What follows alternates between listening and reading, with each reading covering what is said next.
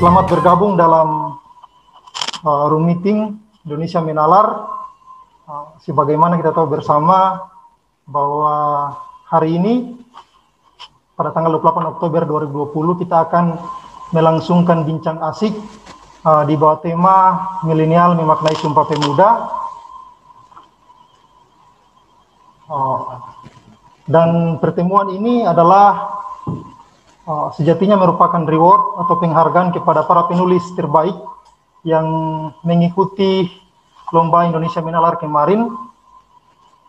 Dan langsung saja ya teman-teman sekalian, sebelum kita masuk pada inti bincang asik kita pada sore hari ini, saya akan persilakan kepada pemimpin redaksi Indonesia Menalar, dalam hal ini Ricky Arnold Gili, untuk menyampaikan sepatah dua kata atau opening speech dari bincang asik kita hari ini.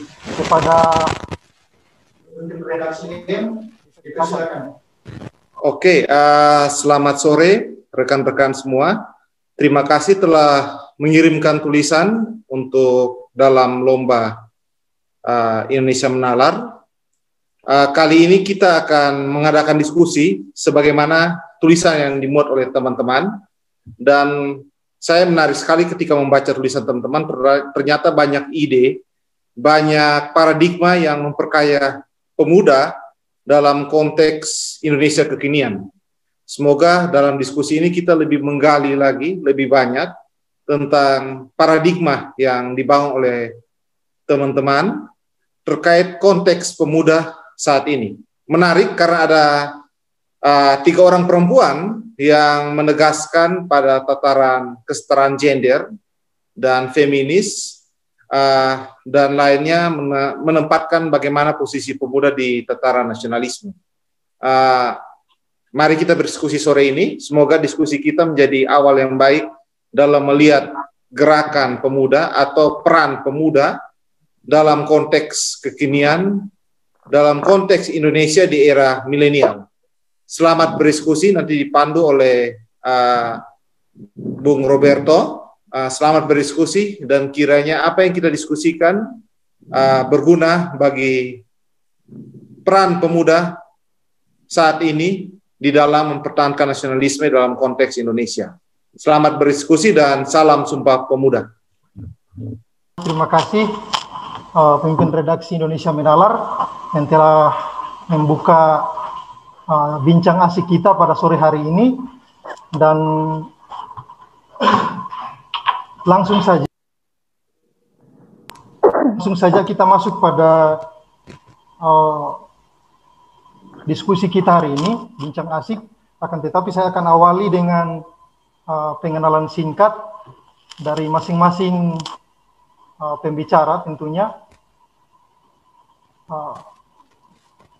Pembicara pertama kita atau penulis terbaik kita pada hari ini adalah rekan kita Andre Giawa, asalnya dari Kepulauan Nias dan sekarang ini berprofesi sebagai rohaniwan atau pendeta di kota Surabaya. Beliau kemarin menulis tentang milenial dan nasionalisme. Lalu kemudian Bung Devri Haryanto Nathan, kelahiran besar di Sulawesi Selatan, Kepulauan Sulawesi Selatan, dan singkatnya beliau kemarin menulis tentang milenial berdaya cipta dalam membangun bangsa. Lalu kemudian rekan Yakumina Mambilowu dari Merauke, berarti dari Merauke, rekan kita dari Merauke, yang menulis tentang milenial dan kesetaraan gender. Lalu kemudian rekan kita Eli Anastasia dari Tanjung Pinang, tulisan beliau kemarin tentang merealisasikan kesetaraan gender dalam mengoptimalkan pendidikan terhadap perempuan pesisir. Lalu rekan kita yang terakhir Gabriela Tombaito Sihombing, ini dari Bandung Barat, Kabupaten Bandung Barat, yang menulis tentang bukan sekadar kasur, dapur, dan sumur. Kira-kira begitulah ya perkenalan singkat kita mengenai 5 pembicara pada bincang asik hari ini. Dan langsung saja kita masuk pada bincang asik. Saya akan mempersilakan terlebih dahulu kepada rekan kita, Pendeta Andre Giawa, untuk mempresentasikan bahannya atau tulisannya. Kita dipersilakan. Salam Sumpah Pemuda untuk kita semua. Merdeka. Suara saya cukup jelas ya? Oke. Apakah slide saya tadi bisa ditayangkan nanti ya? Iya. Jadi saya kembali ke temanya yaitu asik-asik aja. Jadi nanti saya pengen justru kita akan lebih banyak berdiskusi sehingga saya menyampaikan esai ini kalau bisa tidak nyampe 10 menit supaya kawan-kawan yang lain juga punya kesempatan banyak dan kita mungkin lebih enak kalau lebih asik kalau kita diskusi langsung nanti ya. Oke. Ya, saya sesuai dengan tema yang saya tulis yaitu milenial dan nasionalisme. Saya tertarik dengan tema itu karena saya melihat, saya memperhatikan dan melakukan observasi bahwa antara semangat milenial dan juga semangat Sumpah Pemuda dengan sikap nasionalisme rupanya memang ada kesenjangan yang cukup besar gitu ya. Nah, jadi pertama-tama saya apresiasi kepada kawan-kawan kawan-kawan Indonesia Menalar yang boleh mengangkat tema ini sehingga kita bisa berdiskusi bersama untuk kemajuan bangsa gitu ya. Lalu ya bisa di slideshow begitu ya supaya bisa kebaca karena saya pakai handphone layarnya cukup kecil. Ya, tolong di slideshow nanti moderatornya.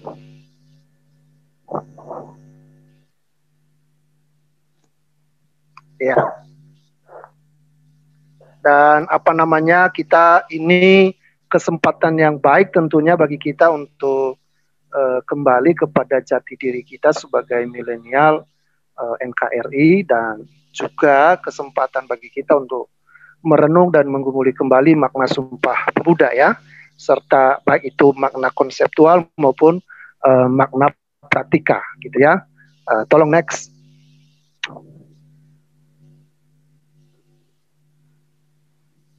Ya teman-teman, Indonesia Menalar, saya melihat ada setidaknya ada dua problematika yang kita hadapi saat ini terkait dengan semangat dan juga semangat nasionalisme kita dalam konteks sebagai kaum milenial ya. Ada ada problematika. Pertama itu adalah secara entah sadar atau tidak, kadang-kadang Sumpah Pemuda ini kita jadikan pajangan belaka. Ya, artinya bahwa kita hanya ingat kalau menjelang peringatan tanggal 28 Oktober. Saya tidak tahu teman-teman, saya tidak menghakimi semua kaum milenial, tetapi dari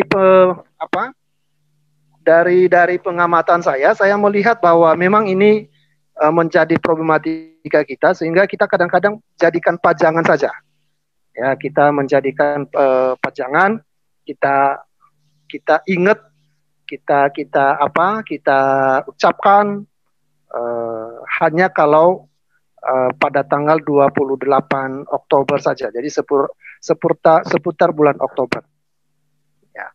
Dan problematika yang kedua itu adalah bahwa adanya kesenjangan antara makna yang terkandung di dalam Sumpah Pemuda gitu ya, dan juga dengan perilaku kaum milenial ya, ada kesenjangan yang cukup besar ya, semangat yang terkandung, makna yang terkandung di dalam Sumpah Pemuda ya, dengan perilaku kita sebagai kaum milenial itu rupanya memang punya kesenjangan begitu ya.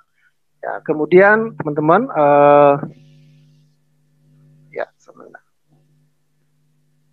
pertama-tama kita harus melihat dulu apa itu arti nasionalisme. Ya, jadi dalam KBBI, ya, jadi nasionalisme artinya paham atau ajaran untuk mencintai bangsa dan negara sendiri. Ya, itu sifat kenasionalan, dan kedua ada kesadaran keanggotaan dalam suatu bangsa yang secara potensial atau aktual bersama-sama mencapai, mempertahankan dan mengabdikan identitas, integritas, kemakmuran bangsa itu ya, semangat kebangsaan singkatnya. Itu dari KBBI. Sehingga dari arti di atas saya mengambil kesimpulan bahwa ya, jadi nasionalisme ya adalah sikap mencintai bangsa sendiri dengan segala kekurangan yang dimiliki bangsa itu, dan sikap bangsa pada identitas sebagai anggota atau masyarakat suatu bangsa ya. Jadi apapun kejelekan kekurangan bangsa kita ya seharusnya kita cintai dengan sepenuh hati, dengan segenap jiwa, dengan segala sesuatu yang kita miliki. Itulah nasionalisme ya. Cuma pertanyaannya adalah apakah kaum milenial saat ini mencintai negara kesatuan Republik Indonesia sebagaimana yang dimaksud dalam pengertian di atas? Apakah kaum milenial saat ini bangga menjadi pemuda-pemuda NKRI? Tentu ini jawabannya relatif ya. Saya tidak menghakimi siapapun. Dan nanti kita akan melihat, saya akan tunjukkan ke bawah ya hal-hal praktis apakah kita sudah ada pada pengertian yang benar dengan perilaku kita, atau justru kita ada dalam kesenjangan antara arti nasionalisme dan perilaku kita sebagai sebagai kaum milenial. Next. Ya, ada ironis, saudara-saudara. Saya menyoroti yang Sumpah Pemuda yang ketiga karena bagi saya melihat bahwa ini paling kentara sekarang ini. Ya, paling terlihat, paling nyata terlihat. Memang Sumpah Pemuda pertama kedua tentu saja punya nilai sendiri, tapi karena kemarin kan panitia juga membatasi hanya kurang lebih 2.000 kata ya. Ya, maka saya mengambil salah satu contoh saja ironis yang terjadi antara makna dan semangat Sumpah Pemuda dengan perilaku kita sebagai kaum milenial, yaitu khususnya Sumpah Pemuda yang ketiga, kami putra-putri Indonesia menjunjung bahasa persatuan bahasa Indonesia. Ya, tolong next. Saya akan cepat saja supaya ini. Ya, teman-teman, saya tidak anti, saya perlu tegaskan bahwa saya tidak anti dengan bahasa asing, entah itu bahasa Inggris, bahasa Mandarin, bahasa apapun saya tidak anti, gitu ya. Namun ironis bagi saya secara pribadi, ini ironis memang. Misalnya TOEFL, gitu ya. Ini menjadi standar mutlak di negara yang katanya itu menjunjung bahasa Indonesia. Baik itu di dunia pendidikan maupun di dunia pekerjaan. Contoh misalnya, universitas terkenal dan dinilai bagus di Indonesia, syarat mutlaknya itu salah satu adalah TOEFL. Harus memiliki TOEFL sekian, tapi tidak pernah ada syarat harus memiliki nilai bahasa Indonesia yang sesuai EYD sekian, tidak pernah. Nanti kalau ada tolong tunjukkan ke saya. Tapi saya melihat, saya memperhatikan itu tidak pernah ada ya. Justru yang ada adalah bahasa asing yang notabene itu bukan bahasa yang kita junjung. Ini kan bagi saya ini ironis. Lalu yang kedua adalah lebih sulit bahasa Indonesia. Saya juga bergerak di bidang pendidikan pendidikan karakter usia dini gitu ya.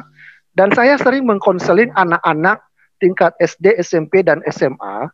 Mereka ini khusus di perkotaan ini ya. Jadi mereka ini merasa jauh lebih sulit, jauh lebih susah mata pelajaran bahasa Indonesia dibanding dengan bahasa asing seperti bahasa Inggris, bahasa Mandarin, bahasa Jerman, ataupun bahasa asing yang lain. Nah ini saya sampai tidak habis pikir, ini ada apa sebenarnya gitu ya. Kenapa bahasa yang justru kita junjung bersama, kita hormati bersama, kita taati bersama, kita banggakan bersama, justru kita merasa sulitnya luar biasa. Sehingga pengakuan anak-anak sekolah bagi saya, kepada saya itu, bahwa kalau ujian atau ulangan bahasa Indonesia, mata pelajaran bahasa Indonesia, hampir selalu remedi atau hampir selalu mengulang. Karena susah, gitu ya. Ironisnya lagi, orang tua daerah perkotaan, teman-teman, ya, ini bagi saya sebagai pendidik menyedihkan ya. Waktu ada pertemuan dengan Lemhanas beberapa waktu yang lalu di kota Surabaya, saya sudah menyampaikan hal ini kepada pengurus Lemhanas gitu ya. Tapi tidak ada tindak lanjut karena saya ini kan juga bukan orang terkenal begitu ya. Nah, lebih ironis lagi orang tua justru jauh lebih bingung, lebih pusing dan rela mengeluarkan uang banyak hanya untuk anaknya bisa berbahasa asing.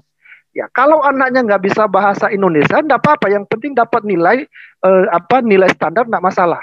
Jadi tidak pernah ada orang tua daerah perkotaan yang rela mengeluarkan uang banyak, rela melakukan apa saja supaya anaknya itu bisa berbahasa Indonesia sesuai dengan EYD. Tidak pernah ada itu. Ya, nah ini kan ironis bagi saya. Lalu kemudian yang berikutnya adalah syarat pegawai atau karyawan. Fasih bahasa tidak anti dengan bahasa asing, tetapi ini bagi saya pribadi aneh, ya, aneh. Wilayah kerja di negara Indonesia, kemudian perusahaan di Indonesia, ya, lalu kemudian misalnya ada produk juga itu diedarkan di Indonesia, tapi coba baca selembaran kalau misalnya merekrut orang, tidak pernah ada syarat begini. Mampu berbahasa Indonesia sesuai dengan EYD. Tidak pernah ada.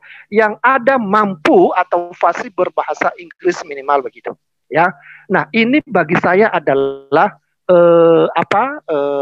keanehan-keanehan yang ada di negara kita, dan saya pikir mungkin ada pro kontra dengan pendapat saya tentu saja itu sudah saya pertimbangkan dengan baik, dan nanti kita akan bisa berdiskusi. Next, kemudian yang terakhir yang saya lihat sebuah ironis bahwa misalnya itu nama atau merek, ya, kadang-kadang kaum milenial sekarang ini ya, merasa lebih keren bahasa asing begitu. Jadi saya kalau di kota Surabaya khususnya, kalau jalan-jalan ke gang-gang atau ke mall gitu ya, banyak kaum milenial yang bergerak di bidang UMKM begitu. Nah, umumnya merek produk mereka itu hampir jarang menggunakan bahasa Indonesia. Rata-rata menggunakan bahasa asing. Dan sekarang ini misalnya di kota Surabaya yang paling umum, yang paling banyak itu adalah misalnya itu Jepang, ya. Minumannya, bahasanya, tulisannya, segala macam itu yang padahal yang punya usaha itu, yang merintis usaha itu adalah milenial Indonesia, ya, kaum milenial NKRI. Jadi teman-teman, bagi saya ini sekali lagi bahwa sebuah ironis yang ada di negara kita, yang mereduksi nilai nasionalisme kita, baik sadar ataupun tidak sadar, baik langsung maupun tidak langsung. Bagi saya, ketika kita sudah menganggap bahasa asing lebih keren, maka nilai nasionalismenya kita itu sudah turun setidaknya satu level. Ya, begitu kita lebih ada kecenderungan kita menyukai bahasa asing dibanding dengan bahasa Indonesia yang notabene sudah dijunjung oleh oleh pendahulu kita, maka setidaknya 1-2 level sikap nasionalismenya kita itu sudah menurun, ya, sudah tereduksi, ya, sudah tereduksi. Nah, ini hanya sekelumit contoh-contoh ironis yang kentara yang saya lihat. Tentu saja daftar ini bisa ditambah lebih banyak lagi. Hal ini telah mendarah daging tentunya, ya. Secara khusus tadi di perkotaan misalnya sejak dari SD, SMP itu sudah ditanamkan memang khusus bahasa ini. Ya, Sumpah Pemuda yang ketiga, ya, menjunjung bahasa persatuan bahasa Indonesia. Kami putra-putri Indonesia menjunjung bahasa persatuan bahasa Indonesia. Namanya sumpah, itu adalah janji. Ya, janji. Nah, bagi saya pribadi, orang yang melanggar janji adalah bukan manusia seutuhnya. Ya, jadi kalau kita misalnya ketika kita menyukai bahasa asing dibanding dengan bahasa kita, ketika kita lebih bangga dengan bahasa asing daripada bahasa kita, maka kita sudah mengingkari janji kita, sudah mengingkari sumpah kita sebagai pemuda-pemudi Indonesia yang menjunjung bahasa persatuan bahasa Indonesia. Jadi ini sebuah fakta yang ada, teman-teman. Next. Nah, yang terakhir, teman-teman, saatnya kita kembali, ya, di harus bangga menjadi pemuda-pemudi Indonesia. Ya, ada kesalahan pengetikan, mohon maaf, ya. Jadi kita harus bangga. Indonesia dan bahasanya juga keren kok ya. Jadi harus begitu. Saya membuka usaha kuliner di kota Surabaya, saya lebih memilih menggunakan bahasa suku saya. Bahasa saya, asal saya itu Nias. Karena saya melihat itu bagian daripada nasionalisme. Kenapa? Karena bagi saya bahasa Indonesia atau bahasa suku Indonesia itu juga sama kerennya dengan bahasa-bahasa yang lain. Saya tidak merendahkan bahasa negara manapun, tetapi saya mengatakan bahwa bahasa kita, baik itu bahasa persatuan kita, bahasa Indonesia, maupun bahasa suku kita yang ratusan banyak luar biasa, ya, itu tidak kalah keren, tidak kalah bagusnya, tidak kalah oke-nya dibanding dengan bahasa-bahasa yang lain.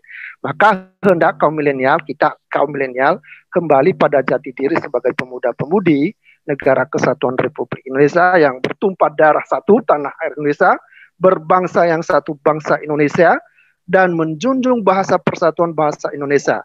Karena inilah nasionalisme sejati. Jadi kira-kira itu esai yang bisa saya sampaikan sore ini. Kurang lebihnya terima kasih. Salam Sumpah Pemuda. Merdeka.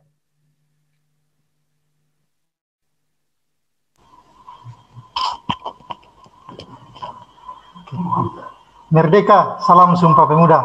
Oke, baik, terima kasih rekan Andre Giawa atas presentasi tulisan. Menarik, di sana ada poin kesenjangan berbahasa Indonesia di Indonesia itu sendiri, dan ini menjadi substansi atau poin inti dari tulisan yang dipaparkan oleh Andre Giawa ini. Oke, kita lanjut pada pembicara selanjutnya. Kami persilakan untuk rekan kami Yakomina Ambilou untuk mempresentasikan tulisannya. Dipersilakan. Baik, terima kasih. Salam kenal semua. Salam Pemuda Indonesia. Konsep gender. Nah, gender adalah perbedaan-perbedaan peran, status, tanggung jawab, fungsi perilaku dan perempuan. Konstruksi reaksa sosial. Jadi di sini perbedaan, walaupun perbedaan kita dari Sabang sampai Merauke, walaupun berbeda-beda, tetapi kita semuanya satu sama dan satu tujuan. Nah, B. Apa yang perlu dibuktikan sebagai masalah atau saat ini atau era milenial. Nah, di sini saya ambil, di sini jawabannya saya tadi baru katakan, yaitu banyak kalangan menyambut anak-anak muda zaman now atau sebagai generasi milenial. Nah, lahir selama generasi pada tahun 1980 sampai 20-an. Jadi, dapat diperkirakan bahwa saat ini generasi milenial memiliki rentang usia 17 hingga 27 tahun. Di Indonesia sendiri, saya lihat bahwa di Indonesia juga sendiri terdapat 80 juta orang yang berusia antara 17 sehingga 37 tahun. Karena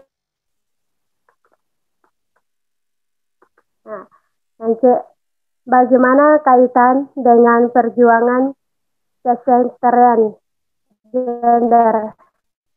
Nah, di sini suatu keadaan seantara di mana antara pria dan wanita dalam hak atau hukum dan kondisi kualitas hidup adalah sama. Nah, kualitas hidup. Nah, saat ini peranan wanita sangatlah besar karena dalam berbagai bidang, misalnya peran pendidikan, sosial, budaya, dan ekonomi. Dan salah satu contoh yang saya ambil yaitu politik. Dan artinya perempuan Indonesia dapat memajukan bangsa dan negara melalui SDM atau sumber daya manusia yang berkualitas. Di sini saya ambil singkatan saya tulis singkatan dari keseantaran. Keseantaran adalah persamaan kedudukan dan persamaan tingkatan, ada yang lebih tinggi dan lebih rendah dan sederajat. Okay, next. Apa yang dimaksud dengan kesentraan? Nah, kesentraan adalah sebuah bentuk dari tiada. Bisa kasih kembali lagi, moderator.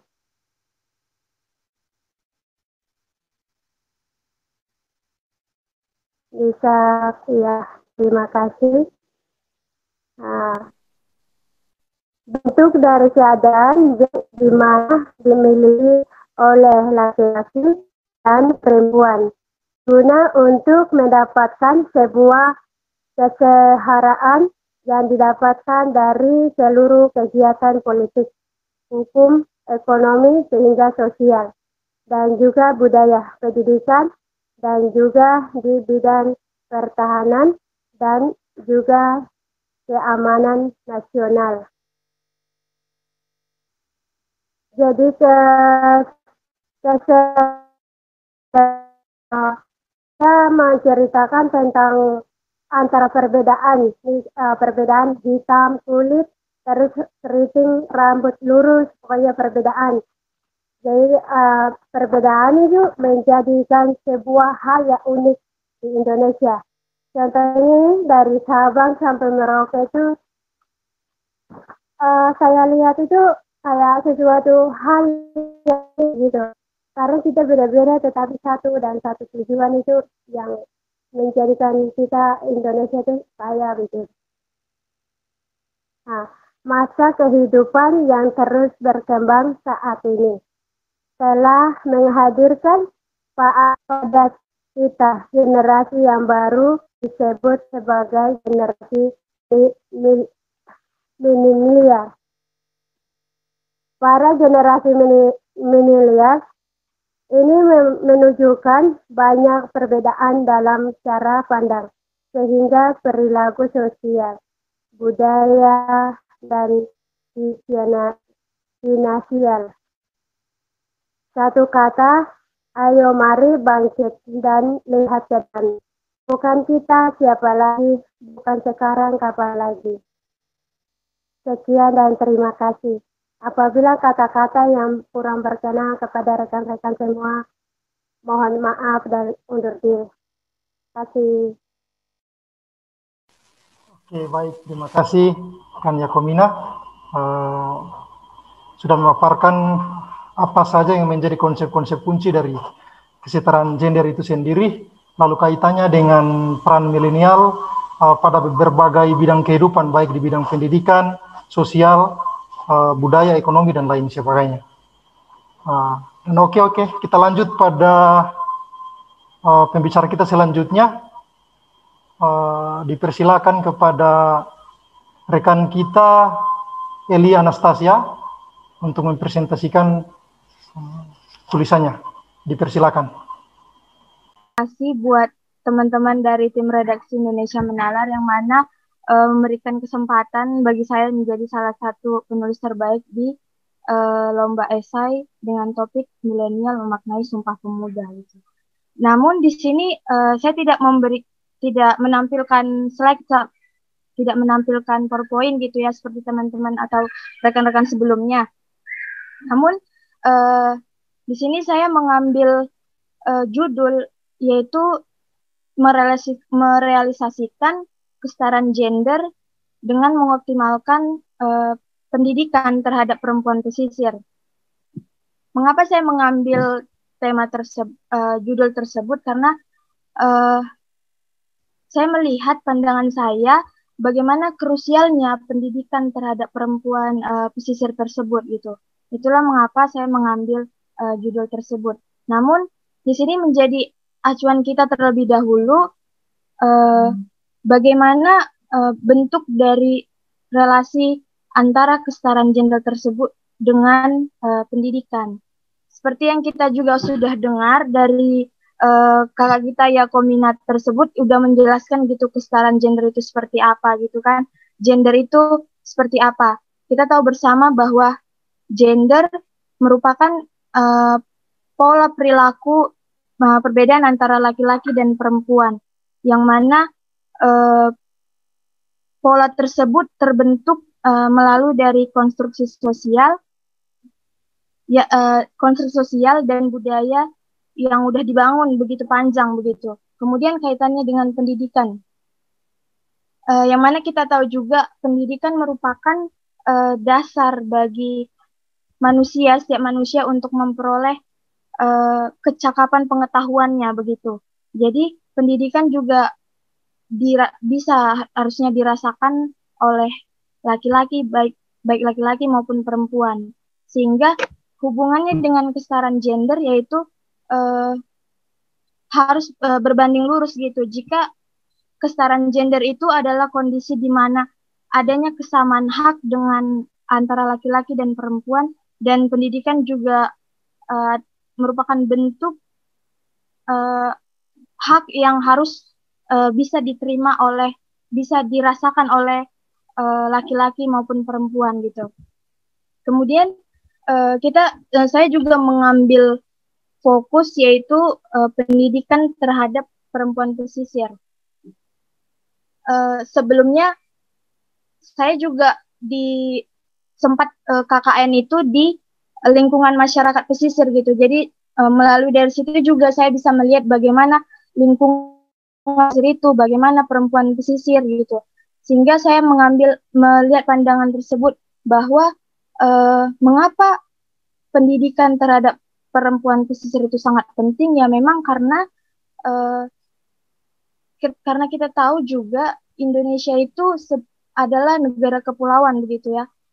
Jadi maka tidak lain juga masyarakat Indonesia juga diisi dengan masyarakat pesisir gitu.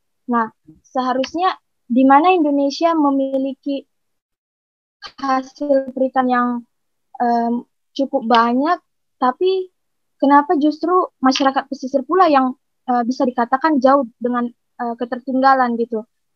Sehingga kita lihat juga dari beberapa jurnal gitu, saya membaca bahwa tingkat kemiskinan terjadi di Indonesia itu juga ada di masyarakat pesisir. Nah, mengapa itu mungkin terjadi ya? Karena tidak adanya kurangnya gitu pembangunan terhadap masyarakat pesisir itu. Sehingga mengapa pendidikan terhadap perempuan itu menjadi penting gitu. Karena ada juga salah satu cerita sedikit itu ada masyarakat sewaktu saya kuliah kerja nyata itu kemarin, mereka lebih mengutamakan anak laki-lakinya itu yang bersekolah daripada anak perempuannya. Ini yang menjadi mungkin krusialnya gitu. Kenapa anak perempuan saja gitu, anak laki-laki saja yang merasakan pendidikan, sementara anak perempuan itu hanya di rumah saja gitu kan, membantu orang tua segala macam gitu, mengurusi pekerjaan rumah. Ini yang menjadi mungkin krusialnya gitu, mengapa pendidikan itu memang sangat penting bagi perempuan pesisir. Dan ada juga para ahli yang mengatakan bahwa perempuan itu juga seharusnya justru menjadi komponen yang penting gitu terhadap lingkungan masyarakat pesisir, karena kita tahu juga dari hasil-hasil perikanan itu juga yang ngolahnya juga perempuan gitu kan. Jadi Maka berangkat dari situ seharusnya juga perempuan bisa merasakan pendidikan tersebut gitu. Jadi tidak hanya sekedar di tingkatan dasar saja, tetapi bisa juga untuk di tingkatan ke atas seperti SMP, SMA, dan bahkan pendidikan tinggi gitu. Dan saya juga melihat karena kurangnya akses pendidikan terhadap masyarakat pesisir, sehingga ada juga beberapa yang lingkungan di berbagai daerah itu yang pendidikannya itu hanya sampai di sekolah dasar saja gitu. Jadi untuk tingkat mungkin SMP-nya, SMA-nya gitu, itu berada jauh gitu di perkotaan. Jadi ini juga menjadi salah satu penghambat gitu ya. Sehingga kalau misalnya orang tua untuk membiayai lagi anak-anaknya semua untuk bersekolah lebih tinggi lagi gitu, SMP, SMA gitu harus mengeluarkan biaya yang lebih banyak lagi kan. Jadi mungkin itu juga kekurangan dari ini dari sumber daya perekonomian gitu. Jadi kurangnya biaya dan mungkin juga fasilitas yang tidak memadai gitu. Kemudian juga partisipasi terhadap perempuan itu juga kurang gitu. Sehingga pendidikan terhadap perempuan pesisir itu kurang adanya begitu. Dan seharusnya juga kami juga di sana sempat juga memberikan pemahaman kepada orang tua gitu. Bagaimana sih harusnya pendidikan itu penting terhadap perempuan gitu kan.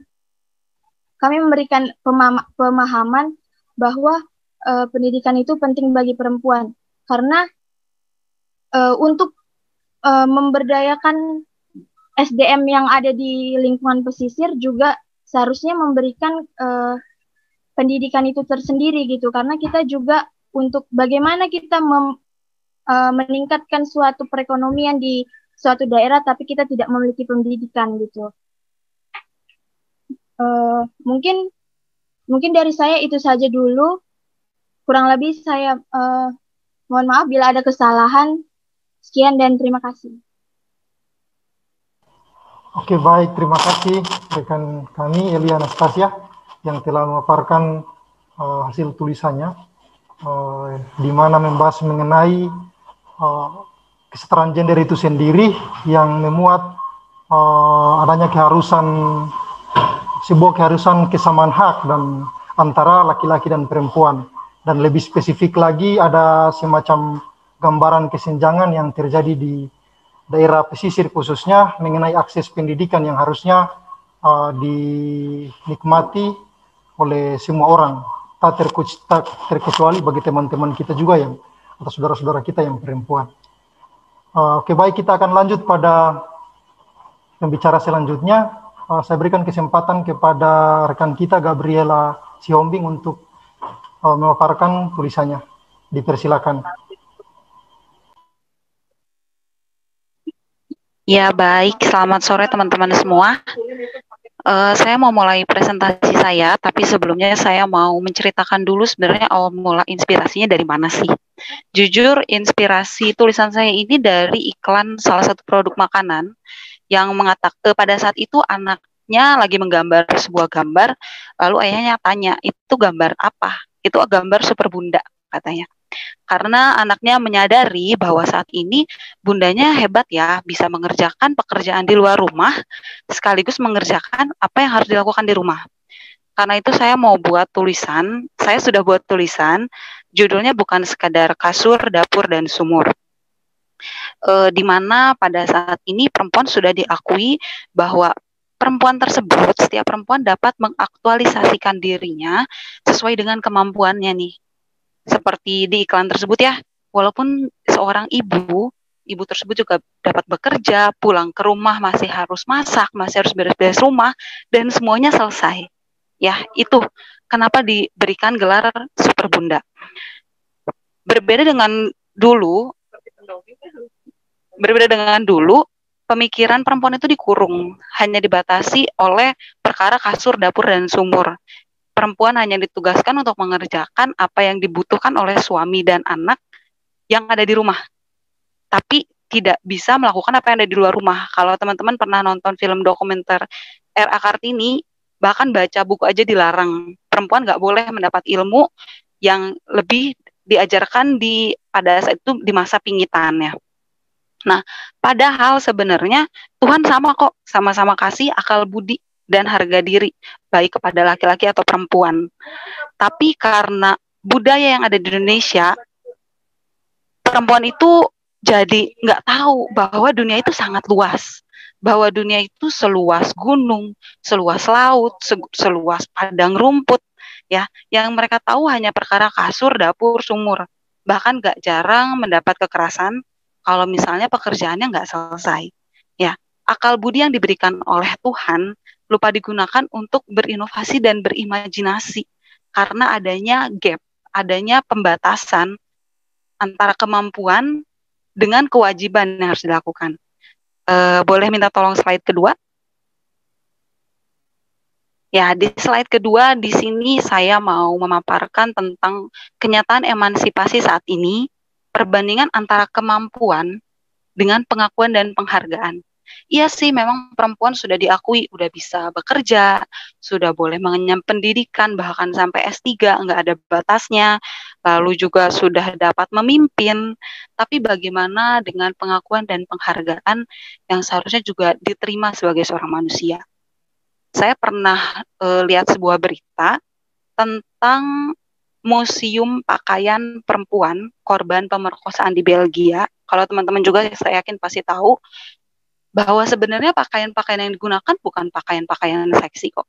Banyak juga diantaranya anak kecil, orang tua, polisi, dan pakaian-pakaian jenis lain yang tidak mengundang sama sekali untuk seorang perempuan dapat dilecehkan.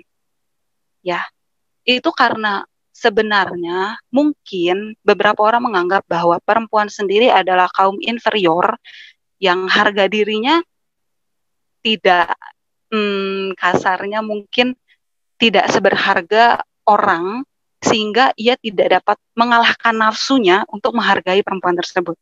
Ya, kita banyak diizinkan untuk bekerja, untuk berkegiatan, untuk beraktivitas seperti laki-laki, bahkan melakukan tugas kelaki-lakian. Banyak juga ya perempuan menjadi seorang engineering atau pemimpin atau bahkan sekarang sudah banyak duduk di kementerian, tapi bagaimana tentang pengakuan dan penghargaan terhadap harga dirinya?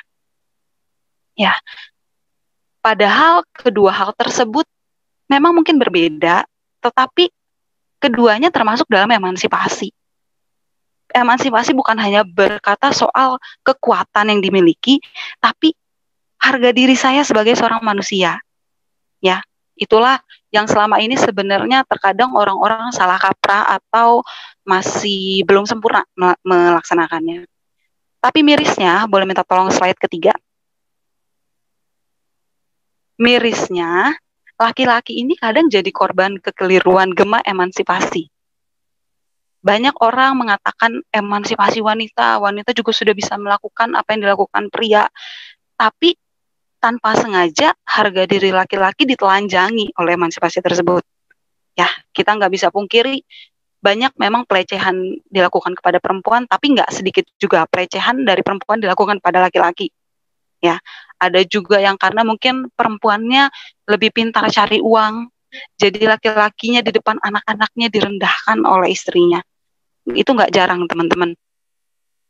Tapi dalam menjalankan emansipasi ini memang nggak bisa hanya perempuan saja yang mengatakan bahwa saya perlu dihargai. Itu bagaimana kita, laki-laki dan perempuan bekerja sama, bersinergi, supaya sama-sama saling menghargai. Jadi keduanya nggak ada yang perlu tukar posisi antara mana siapa yang jadi si superior dan siapa yang akhirnya jadi inferior. Mana yang kedudukannya di atas dan di bawah. Emansipasi nggak berbicara soal itu. Tapi emansipasi berbicara soal kesetaraan. Bagaimana laki-laki dan perempuan dua-duanya diperlakukan secara manusiawi. Karena yang perlu dikejar itu adalah harga dirinya, akal budinya sebagai seorang manusia. Laki-laki dan perempuan sama-sama diciptakan sebagai seorang manusia, sebagai seseorang yang punya harga diri, yang punya hak, yang punya perasaan, yang punya keinginan untuk diakui bahwa saya adalah seseorang. Karena itu dari tulisan saya ini tentang bukan sekedar kasur, dapur, dan sumur, boleh minta tolong slide selanjutnya. Saya mau berbicara bahwa perempuan dan laki-laki sama-sama berhak melakukan dan diperlakukan secara manusiawi. Karena dapat menghargai seseorang itu juga sebenarnya bagian dari harga diri. Kita memiliki harga diri ketika kita bisa menghargai harga diri seseorang. Ya, contohnya hal kecil, memarahi orang di depan umum. Secara nggak langsung kita menunjukkan bahwa sebenarnya diri kita adalah orang yang arogan dan tidak dapat mengendalikan emosi, sehingga kita berani menjatuhkan harga diri orang di depan umum. Ya, jadi ketika kita dapat menghargai orang lain, secara nggak langsung kita juga menunjukkan bahwa kita adalah seorang yang punya harga diri, seorang yang beradab. Lalu selanjutnya, karena emansipasi tergenapi oleh kekuatan yang bersinergi, bukan sekedar kemampuan, tapi juga kemampuan dan penghargaan. Karena itulah Sumpah Pemuda yang sebenarnya jauh dari kemerdekaan, jauh sebelum kemerdekaan Indonesia, Sumpah Pemuda itu sudah melibatkan perempuan-perempuan, makanya dikatakan kami pemuda dan pemudi, bukan hanya pemuda, bukan hanya laki-laki, tapi pemuda dan pemudi, laki-laki dan perempuan. Kami bersumpah bahwa kami bertanah air yang satu, kami berbangsa yang satu dan berbahasa yang satu. Itulah mengapa saya mau mengajak nggak cuma perempuan, nggak cuma laki-laki, tapi kita sebagai perempuan dan laki-laki untuk benar-benar menjunjung tinggi emansipasi, bukan perkara kemampuan, tapi perkara harga diri dan bagaimana kita saling mengakui. Terima kasih atas kesempatan dan waktu yang diberikan teman-teman. Saya kembalikan kepada moderator. Oke, baik. Terima kasih rekan Gabriela Siombing atas pemaparan tulisannya. Jadi beberapa konsep kunci di situ mengenai tulisan dari Gabriela, yaitu bagaimana menciptakan emansipasi bagi relasi antara laki-laki dan perempuan. Adapun konsep sinergi atau sinergitas yang menciptakan kesetaraan di antara laki-laki dan perempuan, bahwa bukan hanya sekedar kemampuan saja, tetapi bagaimana kita menciptakan adanya pengakuan dan penghargaan kepada setiap laki-laki dan perempuan yang merupakan manusia itu sendiri. Kurang lebih begitu. Dan kita akan lanjut pada pembicara kita yang terakhir, rekan kita Devri Haryanto Nathan, dipersilakan.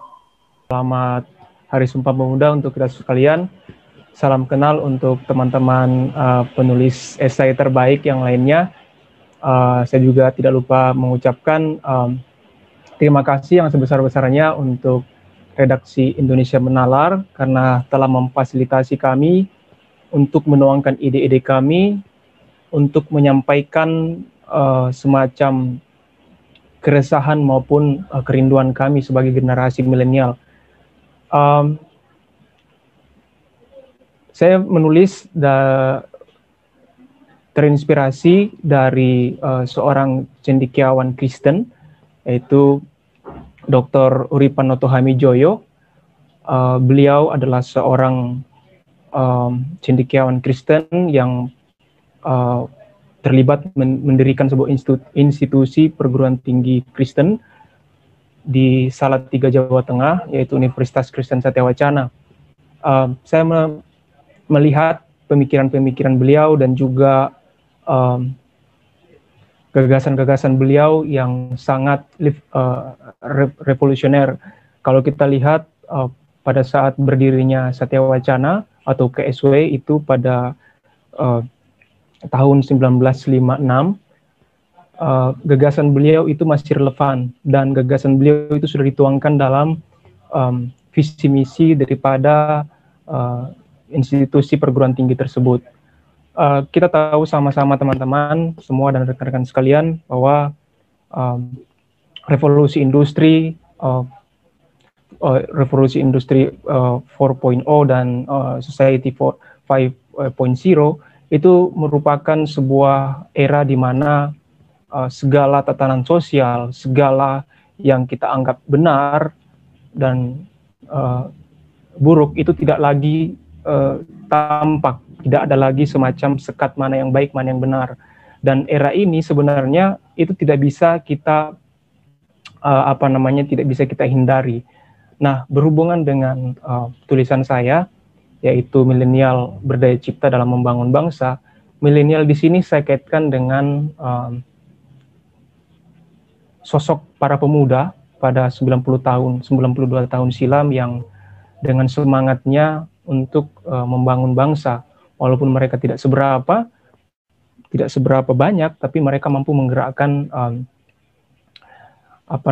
pemuda-pemuda di seluruh Indonesia. Nah, di era saat ini kalau kita melihat peran milenial itu tidak bisa dilepaskan dari perkembangan teknologi. Seperti yang saya sudah sampaikan tadi, revolusi industri ini sangat membuka ruang-ruang yang membuat kita tidak lagi sulit membedakan mana yang benar, mana yang salah. Dan kalau ini tidak dimanfaatkan dengan maksimal, dengan baik, ini akan menjadi batu sandungan maupun jadi semacam bumerang bagi kita sendiri. Nah, di era ini juga kita tidak selamanya melihat sisi buruk daripada perkembangan teknologi itu sendiri.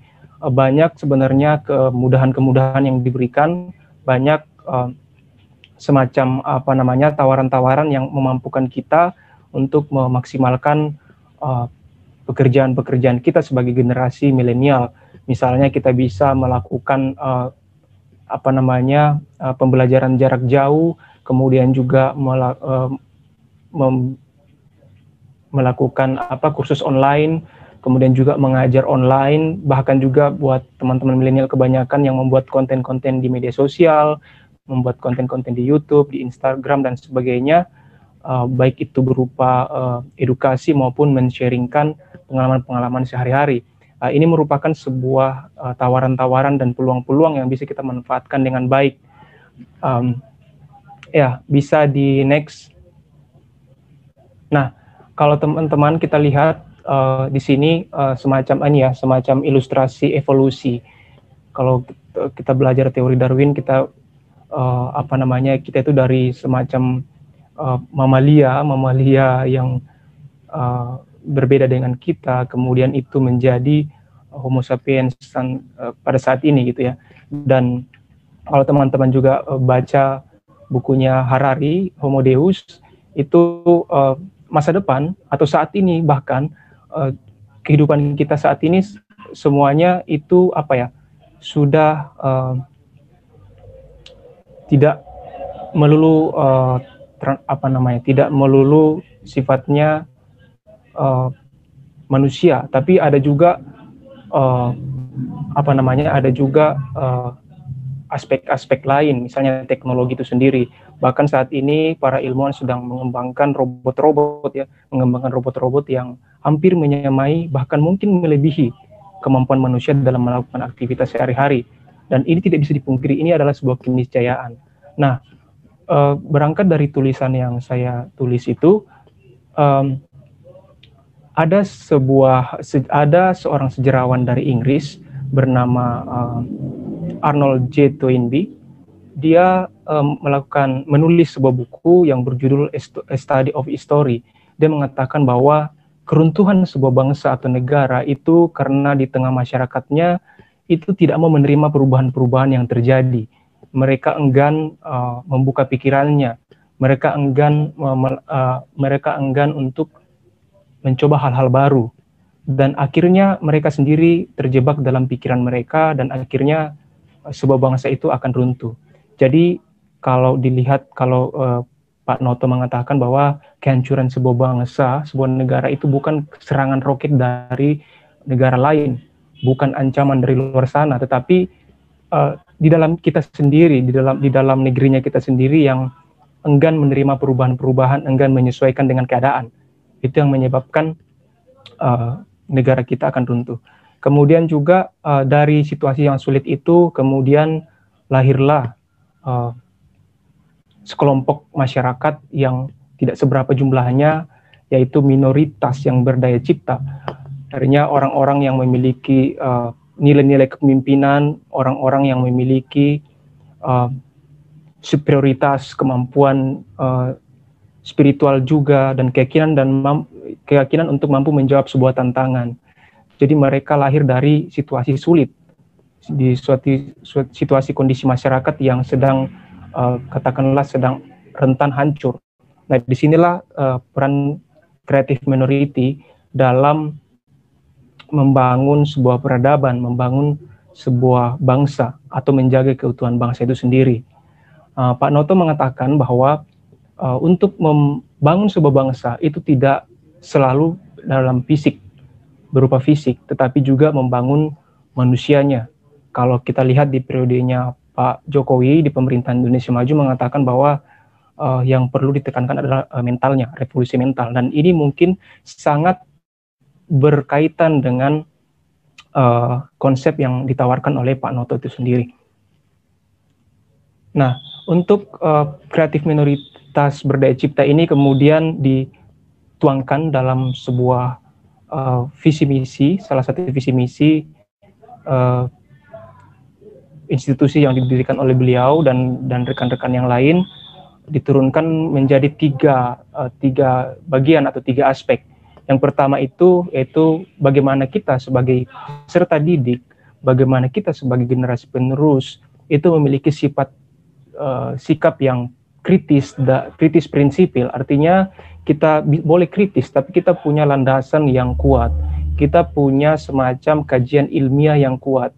Kita tidak hanya sekedar kritis, mampu mengkritik, tapi kita tidak ngerti apa yang kita kritik. Disinilah yang ditekankan oleh gagasan beliau. Kemudian yang kedua, yaitu kreatif namun realistis. Kita boleh kreatif sekreatif-kreatifnya. Di dunia teknologi, perkembangan teknologi saat ini sangat memungkinkan kita untuk melakukan apapun. Tetapi kalau kita tidak realistis, ini menjadi masalah besar. Misalnya kita membuat, kita hebat dalam program komputer. Kemudian juga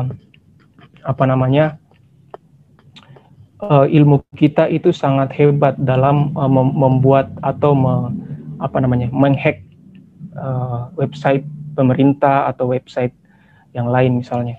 Nah, kalau kita tidak realistis, ini bisa saja kita lakukan tanpa mempertimbangkan apa dampaknya, apa dampak buruknya kalau misalnya kita melakukan hal seperti itu. Kemudian juga kita kreatif, misalnya kita ingin membuat sebuah bisnis, membangun sebuah e-commerce, itu juga harus realistis. Kita harus tahu pasarnya seperti apa. Kalau misalnya saat ini kan pandemi, kondisi ekonomi sedang buruk. Kalau misalnya kita tidak memperhatikan juga kondisi pasar dan kita ya taunya bikin, misalnya saat ini teman-teman milenial taunya bikin startup. Mereka bikin startup banyak-banyak, tapi ya kondisi ekonomi bangsa juga sedang sulit. Mereka mau jual kemana? Nah, ini sih orang yang masih menjual secara offline, menjual barang secara offline. Yang dipaksakan terus menjual secara offline, mungkin orang tidak akan lagi atau tidak akan ada lagi pelanggannya. Sekarang orang sudah mulai beralih ke dunia internet, dunia digital untuk membeli berjual beli online gitu. Kemudian yang yaitu nonkonformis. Nah, di sini kita sebagai generasi milenial itu dituntut untuk tidak memiliki sifat yang konformis. Artinya hanya ikut-ikutan arus, hanya ikut-ikutan suara mayoritas. Tapi milenial itu punya sikap, punya jalannya sendiri gitu, tidak hanya ikut-ikutan. Jadi karena kalau misalnya kita hanya ikut-ikutan sebagai generasi penerus, kita tidak akan bisa menjadi seorang pemimpin ke depannya, karena kita jadinya followers, bukan leaders jadinya. Jadi di sini bagaimana kita dituntut untuk bisa menentukan jalan kita sendiri. Kemudian juga bagaimana kita mampu menyuarakan suara kita, baik itu pembelaan kita terhadap orang-orang yang tertindas, kaum-kaum yang terpinggir, yang disampaikan oleh teman-teman pemateri sebelumnya, bahwa kesetaraan gender itu penting. tapi juga jangan sampai ada semacam keangkuhan, kesombongan, akhirnya salah memaknai kesetaraan gender ini juga kita harus perlu bersuara seperti yang saat ini teman-teman sudah lakukan gitu. Kembali soal relevansi minoritas berdaya cipta. Nah, bagaimana kita sebagai generasi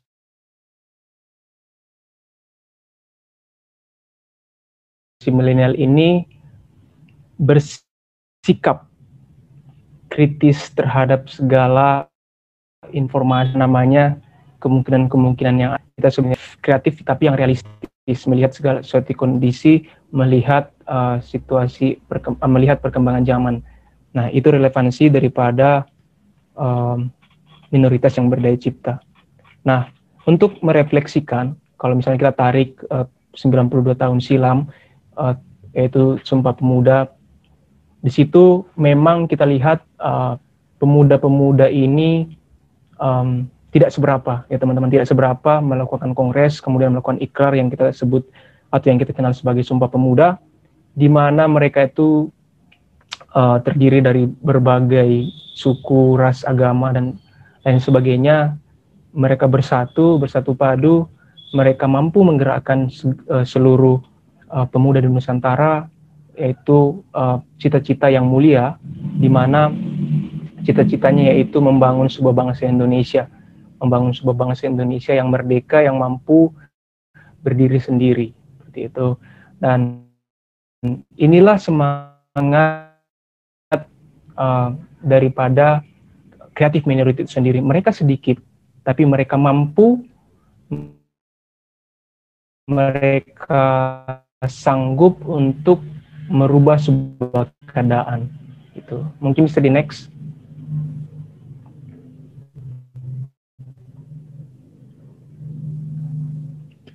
Yang ini apa? Slide-nya bisa di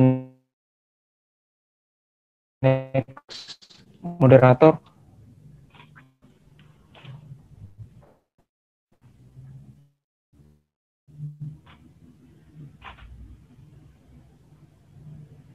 Tes, halo.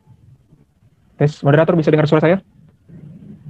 Bisa. Atau rekan-rekan yang lain? Bisa ya? Bisa. Ya, minta tolong slide-nya di next.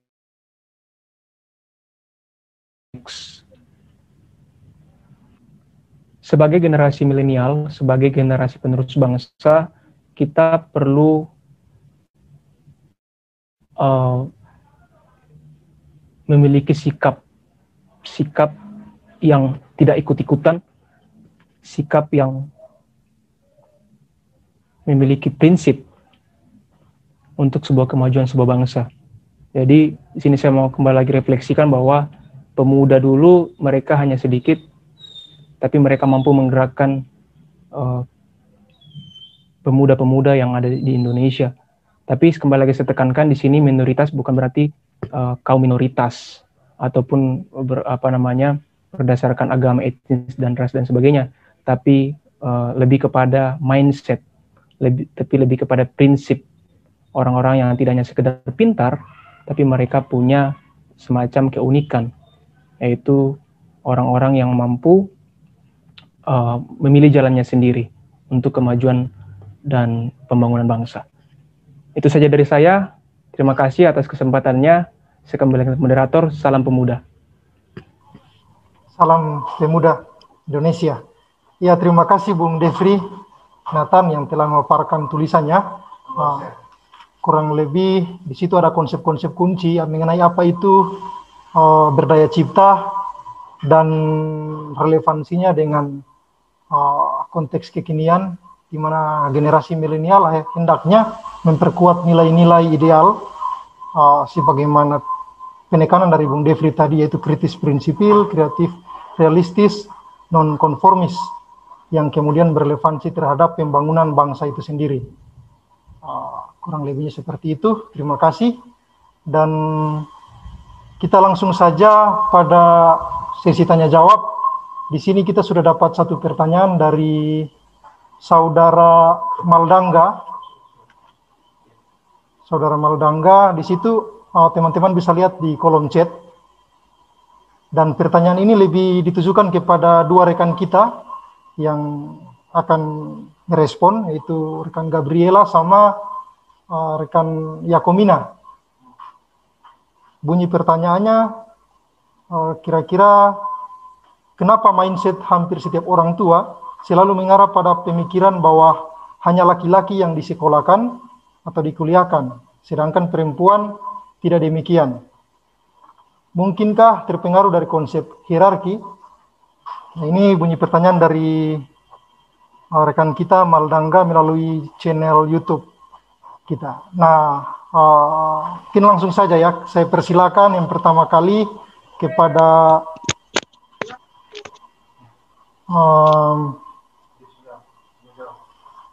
Yakomina ya. Oh, silakan rekan kita Gabriela duluan, Gabriela Siombing, dipersilakan. Iya, terima kasih atas pertanyaannya. Saya banyak setuju sama pendapat itu, karena sebenarnya kalau kita lihat dari sejarah budaya, memang Indonesia itu banyak yang menjalankan budaya patriarki, di mana laki-laki itu lebih utama, atau bahkan dari marga saja. Marga banyak yang menggunakan marga lelaki, perlakuan juga akhirnya lebih banyak diutamakan kepada laki-laki. Mungkin karena memang akhirnya kan laki-laki yang akan menjadi pemimpin keluarga, sehingga dianggap perlu bekal lebih dibandingkan perempuan yang akhirnya ujung-ujungnya di rumah, ujung-ujungnya mengurus rumah tangga. Begitu, terima kasih. Oke, terima kasih. Lanjutkan rekan kita Yakomina, silakan. Oke, baik. Terima kasih atas waktu yang berikan kepada saya. Saya akan menjawab sesingkatnya. Jadi, itu ada faktor-faktor yang mempengaruhi. Salah satu contohnya itu di dalam lingkungan maupun di lingkungan. Jadi, dalam lingkungan itu bisa terpengaruh dari keluarga kita.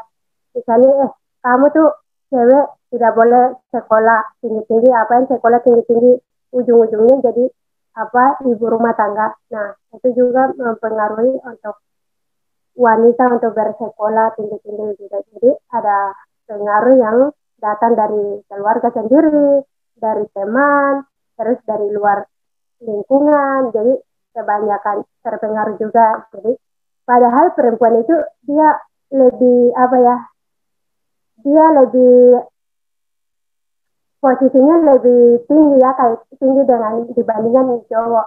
Salah satu contoh yang saya ambil, contohnya kita misalnya nonton TV, cewek sambil telepon, sambil masak, sambil memanggil. Sedangkan yang cowok ini dia nonton, contohnya sepak bola. Nah, dia cuma satu arah, saya fokus ke satu arah. Sampai dipanggil-panggil tidak bisa dengar karena dia hanya fokus kepada satu arah. Sedangkan cewek itu hebat, kan dia melakukan segala sesuatu. Tetapi ada lingkungan yang terpengaruh sehingga ada begitu terjadi. Sehingga ada yang dikatakan, banyak. Dulu-dulu pernah saya dengar, adanya yang lebih yang sekolah tinggi-tinggi itu laki-laki dibandingkan perempuan. Karena apa? Laki-laki itu sebagai rumah tangga, begitu, kepala rumah tangga. Cuma itu saya mungkin pendapat saya gitu. Makasih. Oke, terima kasih.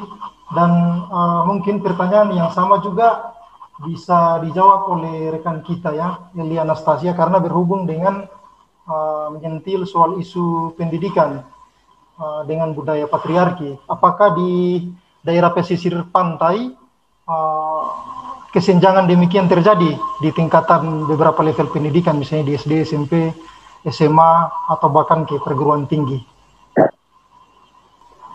Ya mungkin gimana ya, kalau sebenarnya sih kalau kita bilang setiap orang tua itu mengarahkan pemikiran kalau laki-laki saja yang disekolahkan, sedangkan perempuan itu tidak. Mungkin karena memang dari budaya yang sudah lama berjalan, yang mana juga dipercaya kalau misalnya laki-laki itulah yang memimpin gitu, laki-laki yang memimpin keluarga, sehingga laki-laki lah yang harus memiliki tanggung jawab yang lebih besar. Otomatis dia juga pendidikannya juga harus yang bisa lebih tinggi karena untuk mencapai mungkin pekerjaan yang lebih baik juga gitu. Nah, sebenarnya tapi itu kan pemahaman yang menurut saya itu dulu, karena kalau kita menyangkut ke sekarang juga kita melihat kondisi sekarang, di mana juga udah banyak perkembangan zaman gitu ya, dari teknologi juga sudah semakin meningkat.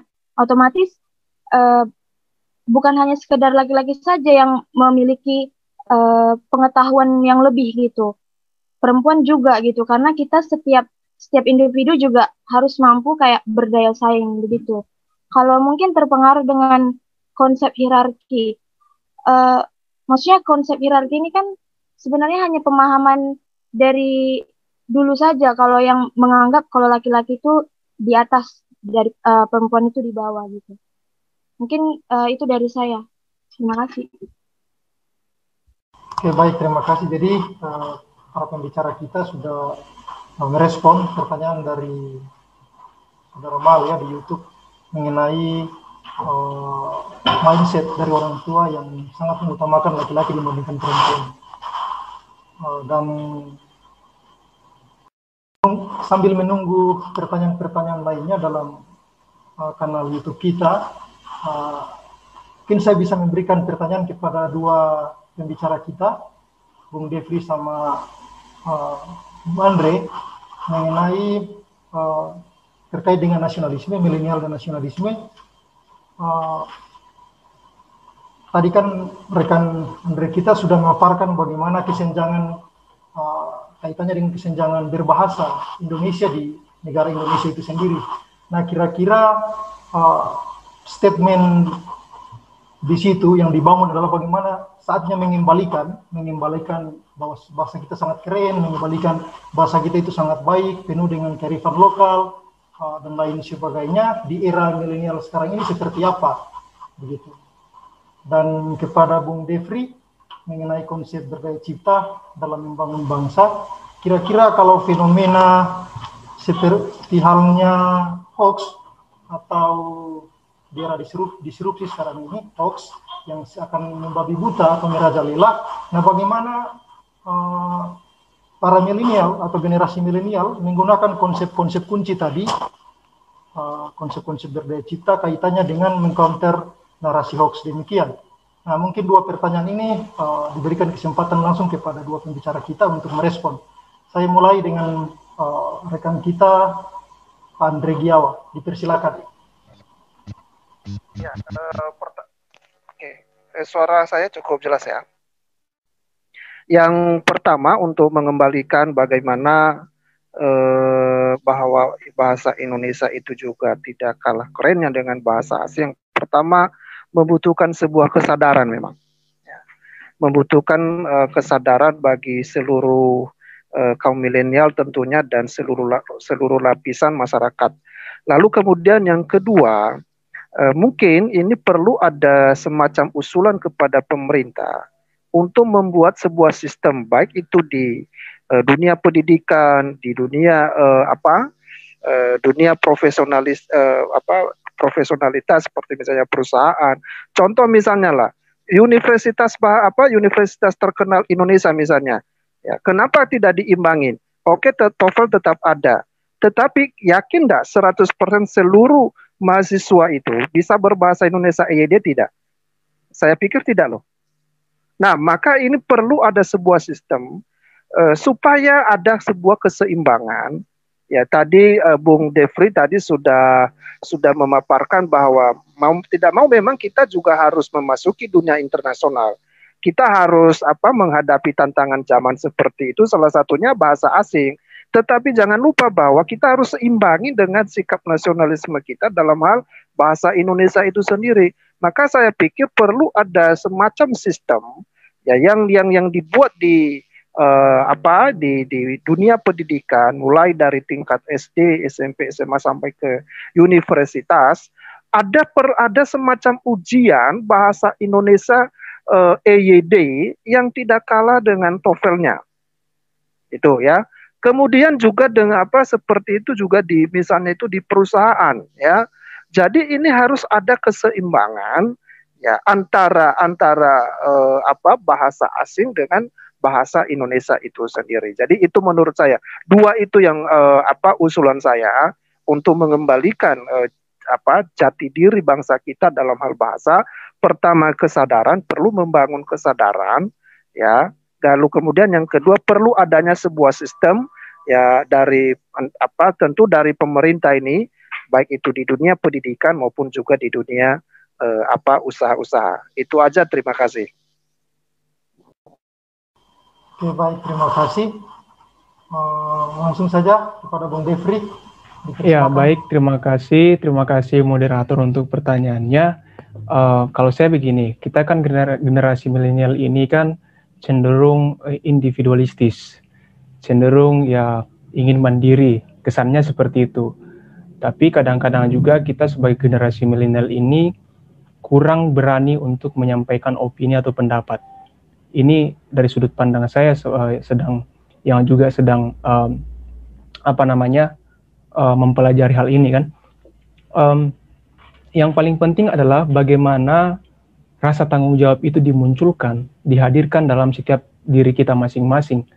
Kalau memang kita tidak mampu untuk menyampaikan pendapat kita, ketidaksetujuan kita dari berbagai macam informasi yang ada di media sosial, di mainstream dan sebagainya, itu perlu memang counter, perlu memang semacam serangan balik, atau paling tidak mengimbangi informasi-informasi atau propaganda yang ada di kanal-kanal media yang ada saat ini.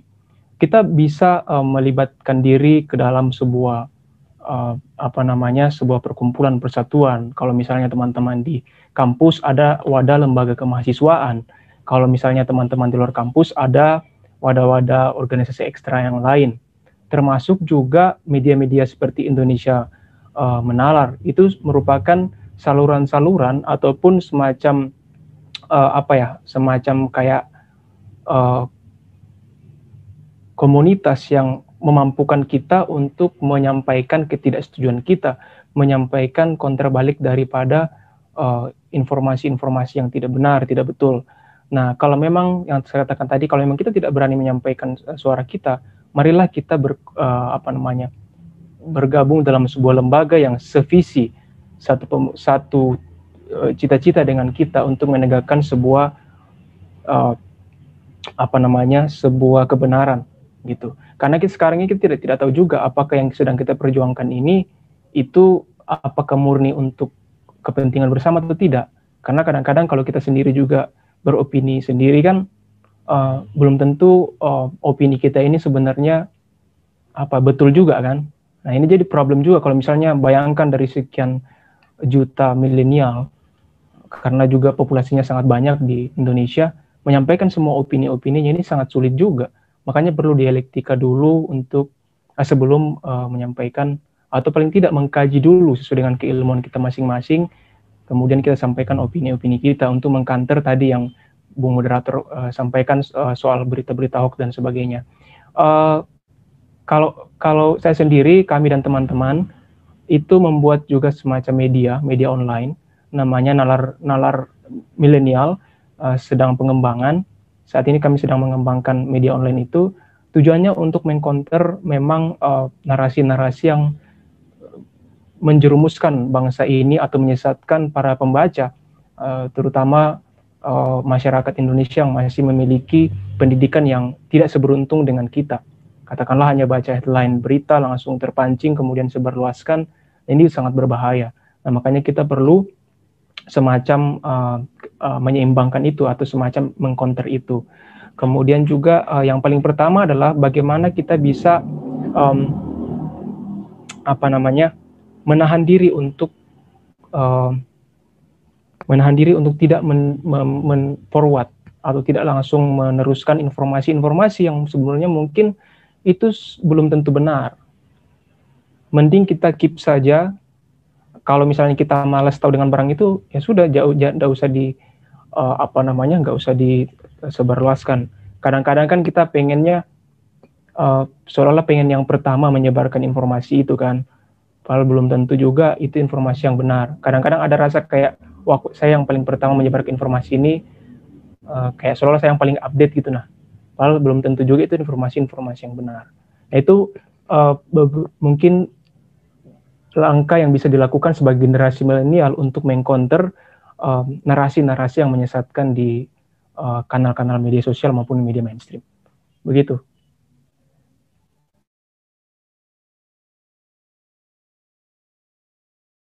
Oke, baik, terima kasih Bung Devri. Jadi kira-kira ada beberapa bentuk tadi yang sudah disampaikan oleh Bung Devri mengenai konkretnya daya cipta generasi milenial untuk kemudian mengambil bagian dalam membangun bangsa ini. Misalnya dalam fenomena hoax, bisa juga dibuat kanal-kanal media online untuk meng-counter itu. Salah satu bentuk yang sangat konkret bisa dikerjakan atau dibuat oleh generasi milenial. Oke, terima kasih. Dan ada salah satu pertanyaan juga di channel YouTube kita dari host, bisa di-copy pertanyaannya di kolom. Saya akan bacakan langsung ya, mengenai bagaimana menyeimbangkan antara dua fenomena bahasa, karena kelihatannya ada beberapa temuan berbahasa daerah, kadang dalam beberapa pemuda berbahasa daerah itu sangat kuat, sangat dominan dibandingkan berbahasa Indonesia. Ada beberapa pemuda yang tidak paham mengenai bahasa Indonesia. Lalu kemudian dengan bahasa daerah itu sendiri, ada beberapa pemuda yang kehilangan berbahasa daerah. Nah, kira-kira ini pertanyaan ini sangat ditujukan kepada Bung Andre Giawa. Mungkin saja langsung dipersilakan. Ya. Bahasa Indonesia, sekali lagi bahwa kita ini punya EYD, ejaan yang disempurnakan. Maka itu sebabnya saya bilang tadi bahwa sejak SD harusnya ya ketika anak masuk sekolah, maka diperkenalkanlah dengan EYD ini. Ya, diperkenalkan dengan EYD. Jadi saya sudah sampaikan tadi, memang di sini ada kesenjangan orang tua entah itu di pedesaan ataupun di perkotaan, memang guru juga termasuk tidak peduli kalau anak tersebut tidak paham dengan bahasa Indonesia yang sesuai dengan EYD. Maka perlu ada sebuah sistem memang yang mengharuskan dunia pendidikan kita sekarang ini harus sejak dini diperkenalkan dengan EYD. Apalagi menurut dunia pandangan psikologis, seharusnya anak juga di bawah umur 6 tahun harus satu bahasa diperkenalkan, yaitu bahasa ibu. Namun faktanya kan tidak begitu. Ya, khusus di perkotaan, maka anak-anak sekarang sampai dia umur 9 tahun pun, bahkan dia berbahasa apapun itu masih susah. Karena contoh ya, kalau di perkotaan misalnya gitu, orang tuanya misalnya itu Tionghoa, kemudian pembantunya atau babysitternya itu dari anggaplah misalnya itu entah dari Jawa atau dari mana. Nah, lalu kemudian dia punya teman-teman, sehingga orang tua di rumah juga menggunakan 2 bahasa bahkan 3 bahasa, Indonesia, Inggris, Jawa, lalu kemudian Mandarin. Anak yang jadi korban, sehingga akhirnya anak-anak akhirnya ketika besar pun tidak mampu berbahasa Indonesia yang baik dan benar begitu ya. Nah, tidak terkecuali di pedesaan. Contoh di Nias misalnya, memang di daerah saya itu sehari-harinya kalau di perkampungan itu tidak menggunakan bahasa Indonesia. Kalaupun misalnya menggunakan bahasa Indonesia, itu bukan EYD. Sekolah pun misalnya begitu. Penjelasan dari guru pun itu tidak EYD. Tetapi itu adalah bahasa Indonesia yang campur aduk begitu. Maka perlu memang ada pelatihan khusus layaknya TOEFL. Supaya apa? Supaya generasi kita ini mempunyai sebuah keseimbangan dalam hal berbahasa. Itu menurut saya. Terima kasih. Oke, baik, terima kasih Kan Andre atas responnya. Jadi perlu adanya penguatan bahasa Indonesia atau IED itu sendiri di kalangan anak-anak, sehingga ini memperkuat kembali, ini menegaskan kembali bahwa bagaimana nasionalisme keindonesiaan kita melalui berbahasa itu terus dirawat, terus harus utamakan baik dalam lingkungan keluarga maupun dalam lingkungan pendidikan formal maupun pendidikan di komunitas begitu.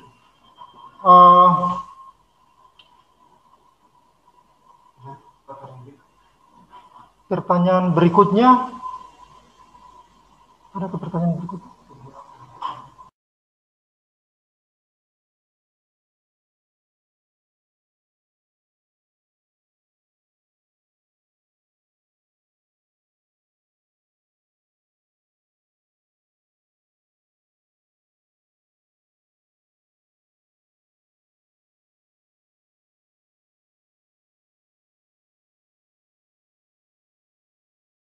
Oke, saya kira teman-teman yang lain juga bisa menambahkan atau merespon terkait dengan pertanyaan ini mengenai kesenjangan berbahasa Indonesia. Apakah kira-kira teman-teman yang lain punya referensi untuk merespon pertanyaan tersebut?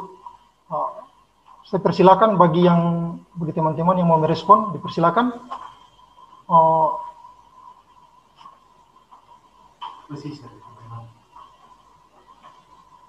Rekan Elia Anastasia bisa menambahkan atau merespon pertanyaan tersebut.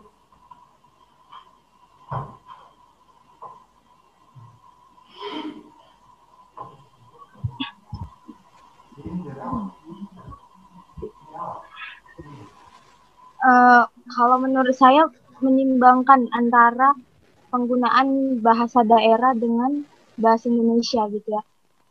Menurut saya kita seharusnya bisa menempatkan posisi kita gitu, dimana kalau kita di antara, maksudnya di satu suku gitu, ya mungkin tidak masalah gitu kan untuk berbahasa daerah gitu. Namun kita juga harus bisa mengedukasi diri kita sendiri juga supaya itu juga tidak terbawa-bawa ke ranah publik misalnya.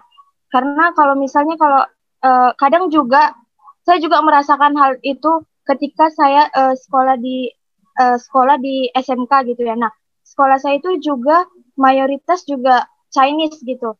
Nah, ketika teman-teman yang Chinese itu berkumpul gitu, mereka juga berbicara bahasa daerah mereka gitu. Nah, tapi kan di situ kita ranahnya sekolah gitu. Harusnya juga kita bisa menempatkan posisi kita di mana. Menurut saya begitu. Kita harus bisa mengedukasi lah diri kita sendiri gitu. Di mana penggunaan bahasa itu bisa kita gunakan sebaik mungkin. Mungkin begitu. Baik, terima kasih rekan Elia Anastasia. Dari rekan kita. Oke, baik, terima kasih. Tadi tentang bahasa ya. Nah, kalau bahasa kita harus lebih memilih bahasa Indonesia karena kita orang Indonesia, kita juga harus mencintai bahasa Indonesia. Boleh kita belajar semua bahasa, tapi terutamanya itu kita harus memilih. Kita posisinya berdiri di mana. Kita asal dari mana. Jadi kita harus memilih. Tidak bisa orang yang mengatur kita, tapi kita memilih di mana yang nyaman, aman untuk kita menggunakan bahasa itu, begitu. Karena kita orang Indonesia, menurut saya sih kalau kita orang Indonesia memilih bahasa Indonesia, karena bahasa Indonesia adalah bahasa ibu. Oke, baik, terima kasih. Dan saya juga pernah belajar di Bandung. Belajar di Bandung juga saya belajar bahasa Sunda, bahasa Korea. Tapi saya les bahasa Korea itu saya lebih memilih bahasa Indonesia. Kalau bahasa Korea cuma ingin meningkatkan skill untuk ke Korea, contohnya jalan-jalan ke Korea ya saya tahu bahasa Korea, bisa ucap bahasa Korea. Tapi kalau di Indonesia ya saya pakai bahasa Indonesia. Terima kasih. Oke, terima kasih. Bung Devri, adakah tambahan mengenai pertanyaan yang sama? Saya ingin menanyakan satu pertanyaan lagi, ingin memberikan satu pertanyaan lagi sebagai pertanyaan terakhir dari bincang asik kita pada sore menjelang malam hari ini. Pertanyaannya adalah bagaimana membangun kecintaan kita terhadap produk-produk Indonesia itu sendiri, produk-produk asli Indonesia.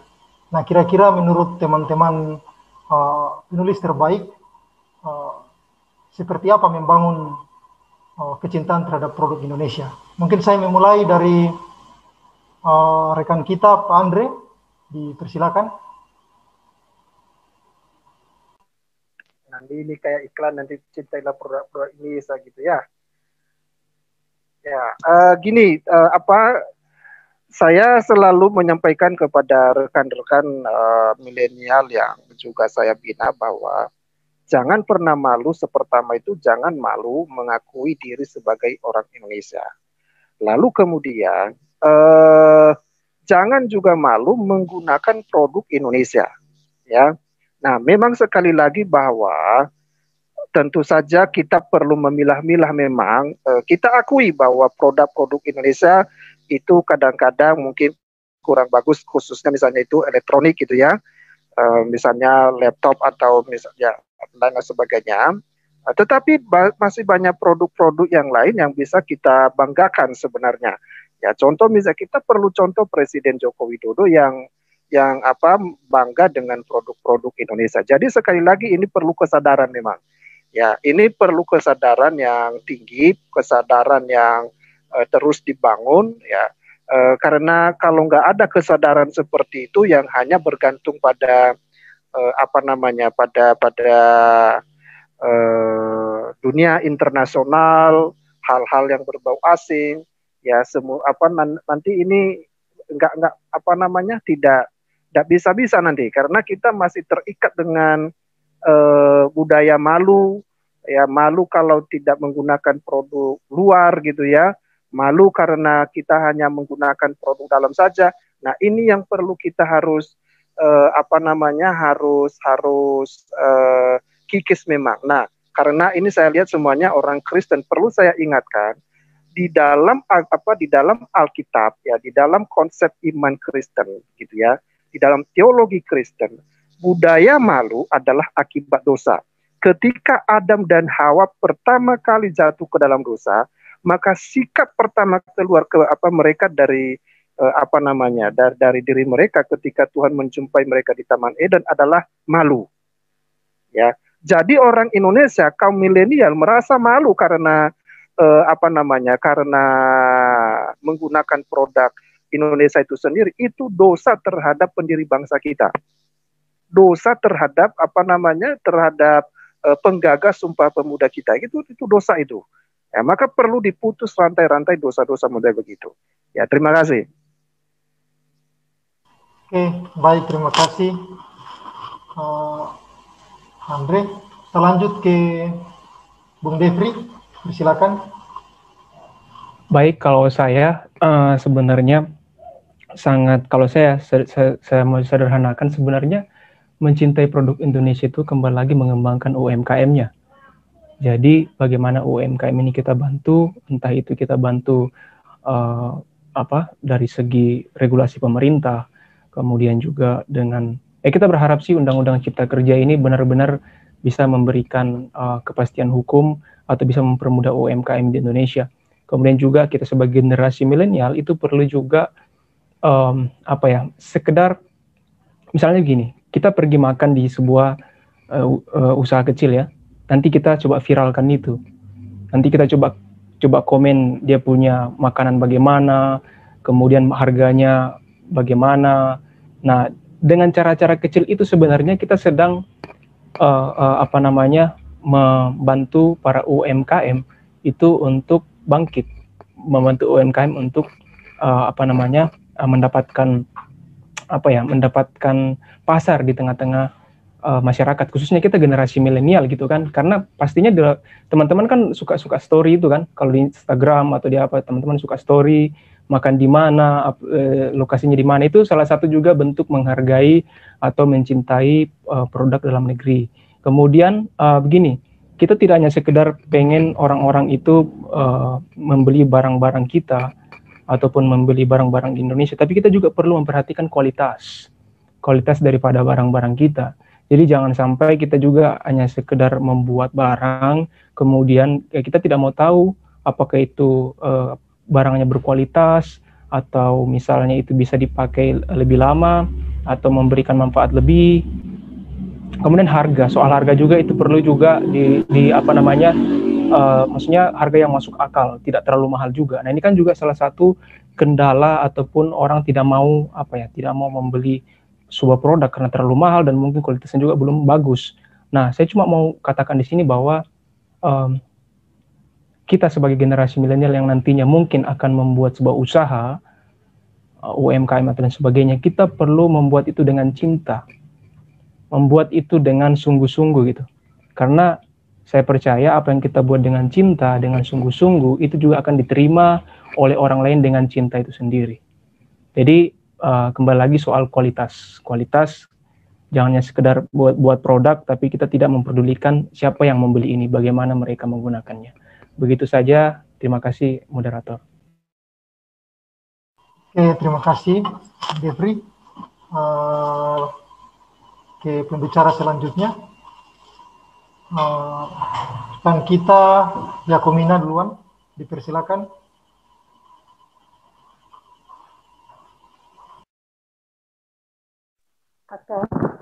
Oke, baik, terima kasih. Kita mencintai produk Indonesia ya. Oke, baik. Mencintai produk Indonesia.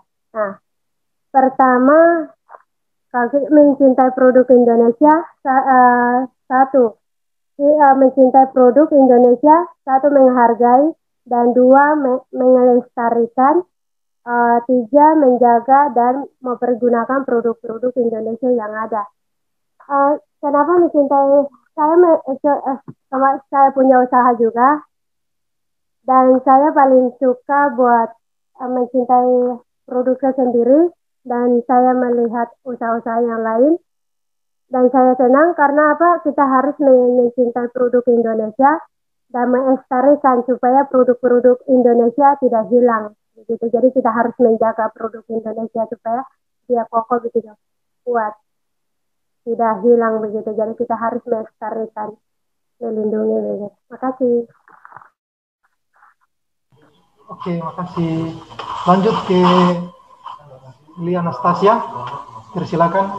Kalau menurut saya bagaimana mencintai produk dalam negeri, menurut saya kita sebagai generasi milenial gitu ya, harusnya kita sih yang buka mindset berpikir kita, bagaimana kita menghargai produk itu sendiri gitu.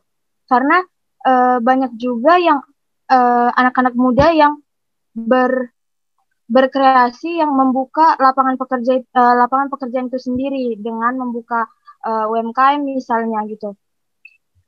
Kemudian ada juga yang istri yang di rumah begitu, dia membuka usaha bersama gitu. Jadi ada kalau di Tanjung Pinang sendiri, di tempat saya ini ada yang namanya kelompok usaha bersama. Jadi ketika suaminya bekerja, istri-istri yang ada di rumah itu justru memberdayakan kemampuannya gitu. Misalnya mereka membuat pengolahan hasil perikanan itu seperti apa, dijadikan mungkin kerupuk atau gimana gitu kan. Namun kendala mereka di sini kurangnya fasilitas, misalnya kayak pembuatan mereknya atau sertifikasi halalnya gitu. Nah, di sini menurut saya generasi muda milenial yang berperan bagaimana membantu untuk meningkatkan kualitas produk tersebut gitu, sehingga produk-produk tersebut pun bisa layak gitu dipasarkan di ranah publik. Mungkin begitu. Oke, baik, terima kasih. kelihatannya dua pembicara kita sudah live duluan karena ada acara mungkin di luar, dan sampailah kita pada penghujung acara kita. Kita masuk dalam closing statement dari masing-masing pembicara. Singkat saja, kira-kira closing statement dari pembicara seperti apa. Saya persilakan kepada Bung Defri duluan, Bung Defri Haryanto Nathan. Oke, baik, closing statement saya sebagai generasi milenial untuk sekaligus juga merefleksikan bagaimana ikrar daripada pemuda pada 92 tahun silam. Kita sebagai generasi milenial harus punya sikap, terutama sikap kritis prinsipil, kemudian kalau kita kreatif harus realistis sesuai dengan perkembangan zaman dan nonkonformis sebagai calon-calon pemimpin generasi yang akan datang. Artinya kita tidak jadi follower, tapi kita jadi leader. Begitu saja, ucapkan terima kasih. Oke, terima kasih. Lanjut ke rekan Yakomina.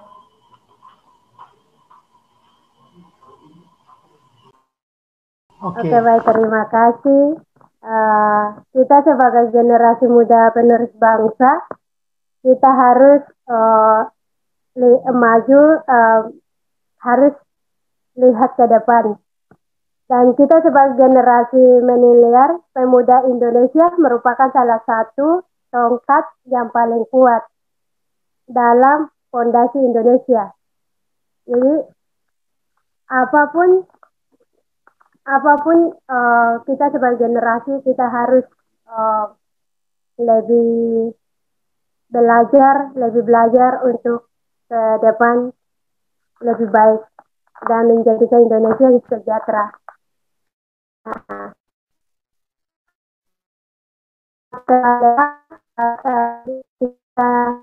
Jangan berhenti, ketika selesai maka berhentilah, dan jangan pernah menyerah. Boleh lelah tapi jangan pernah menyerah. Bukan kita, siapa lagi begitu. Jadi bukan sekarang apalagi. Jadi kita harus maju bersama. Oke, terima kasih. Dan yang terakhir pada rekan kita Elia Anastasia, dipersilakan. Oke, mungkin dari saya, kita sebagai generasi milenial yang mana juga menjadi penerus bangsa, kita harus bisa mengedukasi diri kita, sembari juga kita mengedukasi teman-teman kita yang lain untuk bagaimana kita bisa meningkatkan mungkin kualitas sumber daya manusia yang ada gitu kan, untuk membantu juga pemberdayaan ekonomi Indonesia bagaimana gitu ke depannya melalui dari tingkat pendidikannya mungkin atau dan yang lainnya. Dan semangat 92 tahun Sumpah Pemuda mungkin yang di kala pandemi gini ya mungkin tidak menyurutkan semangat kita sih sebagai generasi muda untuk bisa lebih berkreasi lagi, untuk lebih bagaimana lagi untuk meningkatkan kualitas kita yang kita miliki begitu. Mungkin sekian dari saya. Oke, baik, terima kasih. Dengan demikian penyampaian closing statement menandakan berakhir sudah bincang asik kita mengenai milenial memaknai Sumpah Pemuda.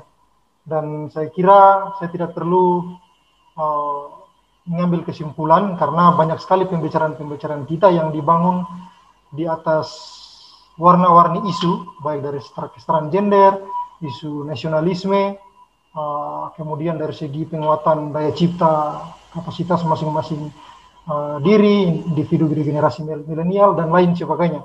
Dan saya kira tidak ada kesimpulan tunggal untuk merangkum semua pembicaraan kita, dan sekedar informasi teman-teman sekalian bahwa yang pertama mengenai diskusi atau bincang asik kita ini akan ditayangkan di TV Indonesia Menalar atau INTV, dan mungkin 1, 2, atau 3 hari ke depan sudah tayang, dan kami akan men-share juga linknya kepada teman-teman, dan teman-teman bisa melihat video lengkap di sana. Kemudian yang kedua, soal pembuatan e-book sebagai salah satu reward atau penghargaan kepada teman-teman yang telah berkontribusi dalam lomba ini, baik dari penulis esai terbaik maupun penulis esai terpilih.